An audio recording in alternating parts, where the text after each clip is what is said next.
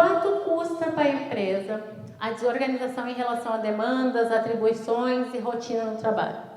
Né? E aí a gente vai falar do fator de risco social número 1. Qual é o fator de risco social número 1? Organização do trabalho. E agora eu vou pedir a participação de vocês. O primeiro ponto da organização do trabalho são funções e expectativas. Vou descrever eles. Papel indefinido. A pessoa não sabe muito bem quais são as atribuições no cargo dela, no cargo que ela está. Segundo ponto, falta de diretrizes. Eu não tenho as instruções que eu preciso para executar aquele trabalho. Terceiro ponto, expectativas conflitantes. A cobrança é de que eu execute da melhor forma, do perfeito, no menor tempo, e às vezes isso não é possível. Por exemplo, sei lá, um profissional de telemarketing, que ele faça o maior número de ligações no dia, mas que ele dê atenção para o cliente, que ele fale com o cliente com tranquilidade, que ele seja didático, que ele explique, daí não vai cumprir a expectativa. Mudanças constantes. Essa semana é de um jeito, na semana que vem é do outro, e na outra semana já é do outro, e daqui a pouco já mudou a gestão e é de outro. Né? E a falta de propósito, quando o trabalho não gera um impacto. Eu não sei por que eu estou fazendo aquilo. E aí eu quero exemplos de vocês. Que momento, ou qual a situação mais recente que vocês observaram onde as funções e expectativas no trabalho estavam desalinhadas, estavam visivelmente problemáticas para um profissional com que vocês trabalham, assim? Às vezes, quando é contratado para um cargo, faz mais de uma função, né? Aham. Isso acontece bastante, estressa bastante. Exatamente. Um caso que eu pego bastante nesse sentido é a liderança, assim, encarregado, supervisor, coordenador, de estar fazendo, ao mesmo tempo que a função operacional, está fazendo a função estratégica, né? Então eu tenho que pensar, planejar, lidar com o time, mas ao mesmo tempo eu tenho que estar preenchendo planilha, eu tenho que estar executando tarefas menores, eu tenho que estar fazendo coisas que às vezes é porque eu estou realmente sem time para poder me ajudar nisso, e eu não faço bem uma coisa nem outra, né? E aí eu vou realmente sentindo o peso de tudo isso. Aí a gente vai para o segundo ponto de organização do trabalho. Lembrando, essa é a categoria 1. Controle do trabalho ou autonomia. Houve uma mudança, tá? E eu não decidi sobre essa mudança. A partir de agora, procedimento tal vai ser feito de tal forma. E aí é um negócio que eu não entendi como é que vai ser feito. É um negócio que não vou conseguir, eu acredito que eu não vou conseguir executar. Não foi muito bem explicado como é que era isso, simplesmente veio aquela decisão e eu preciso me virar praticamente, né? Falta de controle com sobrecarga de trabalho. Eu não consigo organizar minha rotina, eu recebo a rotina conforme o meu gestor decide, né? Hoje tem isso, isso, isso e é para ontem. Já era para ter sido entregue, mas eu recebi hoje. E aí eu tinha a demanda dessa semana que eu tinha que terminar hoje. E eu tinha que dar conta da tal planilha, eu tinha que dar conta da tal resposta, eu tinha que dar conta de não sei o quê. E aí as coisas vão acumulando e chega na sexta-feira, tô quase doido que eu não entreguei o que eu tinha para entregar, porque a minha rotina, eu não consegui manter uma rotina, construir uma rotina de fato, né, que fizesse a gente conseguir realmente sentir que aquele trabalho está gerando um resultado. E os baixos níveis de influência e dependência, né? Eu dependo do amém de 50 pessoas para poder executar uma tarefa básica. Eu dependo da autorização de 50 pessoas para executar uma tarefa básica. Às vezes, pensando em segurança do trabalho, realmente dependo do amém de 50 pessoas. Mas tem coisas que realmente, assim, é até uma questão de segurança do time, assim, de a gente conseguir ter essa autonomia para poder fazer essas questões, né? A gente vai também para o terceiro ponto, demanda de trabalho. Aliás, voltando ali naquele ponto, vocês conseguem me trazer algum exemplo nesse sentido de controle do trabalho e autonomia, quando eu não decido sobre a minha rotina, ou quando as coisas, eu não decido sobre as mudanças que estão acontecendo?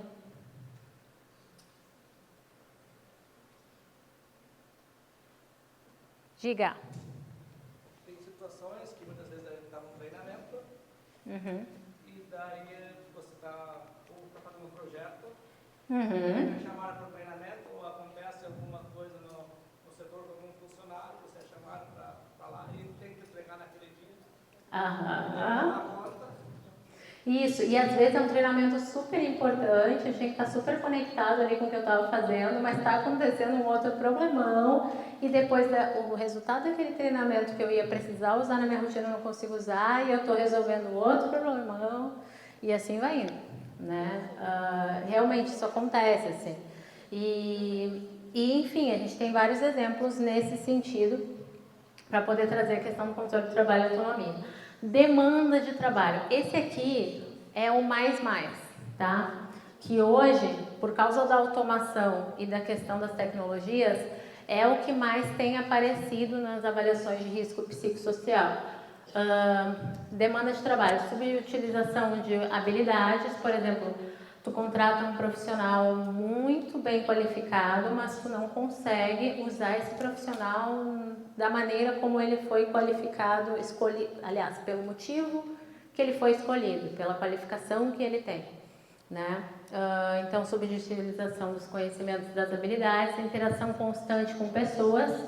Eu fico no contato frequente com o público, para quem é da área de supermercado, aí provavelmente percebe que uma queixa grande é da questão de demanda, volume excessivo de trabalho, alta demanda e pouco tempo, demanda e prazo conflitante, eu tenho muita coisa para fazer e sempre uma sensação de urgência e expectativas irreais, do tipo, eu preciso entregar com a qualidade X, mas eu não tenho gente para me suportar, eu não tenho uma orientação da minha liderança, da minha gestão, eu não tenho um ambiente ou ferramentas que me propiciem conseguir entregar aquele trabalho, ou seja, eu tenho uma demanda que está acima do que eu realmente posso entregar.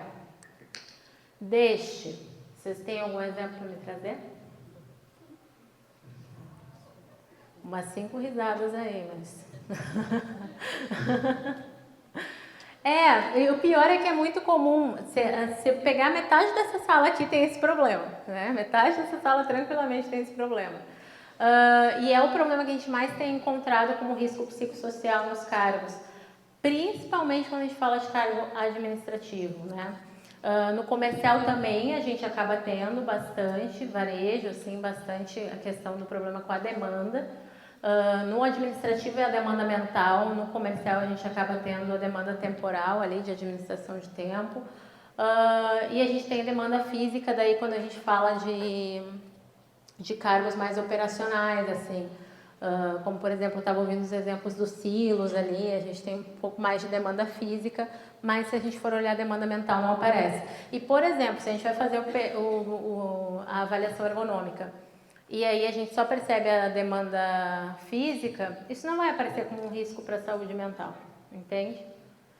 Existe a possibilidade de um cargo ou um setor não ter risco, gente. Isso acontece. Já peguei cargos que realmente os riscos ergonômicos eram físicos. A questão mental não era, só que era visível quando tu chegava já para entrevistar as pessoas, assim, que era um trabalho ok, ele estava ali dentro de uma expectativa e tudo. Outro ponto que também acontece muito é o contrário. O cargo, o setor tem risco, mas não é um padrão aquele risco. Como assim não é um padrão aquele risco? Não deveria ter aquele risco, entende? Não deveria ser um trabalho que me oferece um risco de demanda, por exemplo. Por quê? Porque eu deveria estar fazendo só uma função e não 3. Por quê? Porque eu estava precisando de um time que tivesse 4 pessoas e não uma. Entende? E aí, a gente também tem como solucionar antes de colocar no PGR. Agora, se a gente não solucionar antes de colocar no PGR, é obrigatório ser colocado no PGR, porque qualquer auditor vai chegar e vai encontrar a pessoa com este problema. Uma vez eu atendi uma mulher que ela tinha... Fui entrevistar, fazer a ferramenta numa mulher, que ela tinha 3 telefones em cima da mesa. E aí eu perguntei, esses 3 telefones são teus? Ela disse sim, um é do setor, o outro é para falar com fulano, o outro é para falar com as terceiras. E eu, tá. E como é que é? Né? Como é que é a tua rotina de trabalho? Como é que isso tudo acontece? E aí ela disse, não, a gente vai dando conta, né? A gente vai respondendo o que dá. Só que o problema é que às vezes eu passo o dia, eu estou aqui envolvida com um monte de coisa, eu tenho que chegar em casa e responder, só que já passou o momento de responder, então às vezes eu perco o prazo de alguma coisa importante, mas às vezes eu dou prioridade para o telefone e eu não consigo executar uma tarefa. E aí ela começou a ficar ansiosa enquanto ela falava aquilo, assim. E não era o natural daquele cargo, ela tinha um cargo de gerência, e que eu entrevistei outros gerentes que eram pares dela e não tinham esse problema. Ou seja, era um problema que a gente tinha que resolver com aquela pessoa, com aquele cargo, com aquele setor específico. E que a gente não vai colocar no PGR que o cargo de gerente é um cargo de risco alto para demanda, necessariamente. Não por este motivo, né? Porque a gente vai ter que solucionar de imediato. Por quê? Porque se o auditor chega ali e vê os 3 telefones na mesa daquela mulher, ele vai entender que a gente tem um risco psicossocial. Então, a gente tem que solucionar de imediato. Tem soluções que são imediatas e que não necessariamente elas vão para análise. Tem coisas que não, que a gente vai ter que fazer um plano de ação mais elaborado, e daí a gente vai ter prazos de 30 dias, prazos de 90 dias. Claro, depende de quem está fazendo a análise de vocês também, porque tem gente que vai só olhar a cena, registrar ali e mandar no documento, né? Mas a gente tenta estabelecer uma parceria, né? De algumas coisas a gente consegue resolver aqui antes de colocar o documento, justamente porque é importante que seja resolvido imediatamente. Na demanda de trabalho ainda, a gente tem tarefa repetitiva, trabalho sem sentido, alerta contínuo e concentração extrema, lidar com pessoas agressivas ou em sofrimento. Isso acontece bastante, esse do lidar com pessoas agressivas ou em sofrimento acontece bastante em serviços onde as pessoas têm atendimento ao público e principalmente essas questões de prestar contas, assim. De as pessoas daqui a pouco começarem a realmente ficar insatisfeitas, brigarem com o colaborador, ou às vezes até um setor que é mais jurídico e compliance, que eu vou lidar só com reclamação e problema, sabe? Enfim, bate muito nessas questões, assim. E exposição a evento traumático. Um risco psicossocial que apareceu durante a enchente, mas que não necessariamente é um risco psicossocial que a gente pode colocar num laudo, numa análise ergonômica preliminar, foi a questão da gente ter realmente tido que trabalhar com uma porção de funcionários que tinha sido atingido direto ou indiretamente, entende? E os próprios funcionários atingidos direto ou indiretamente. A gente não vai colocar isso numa análise ergonômica, né?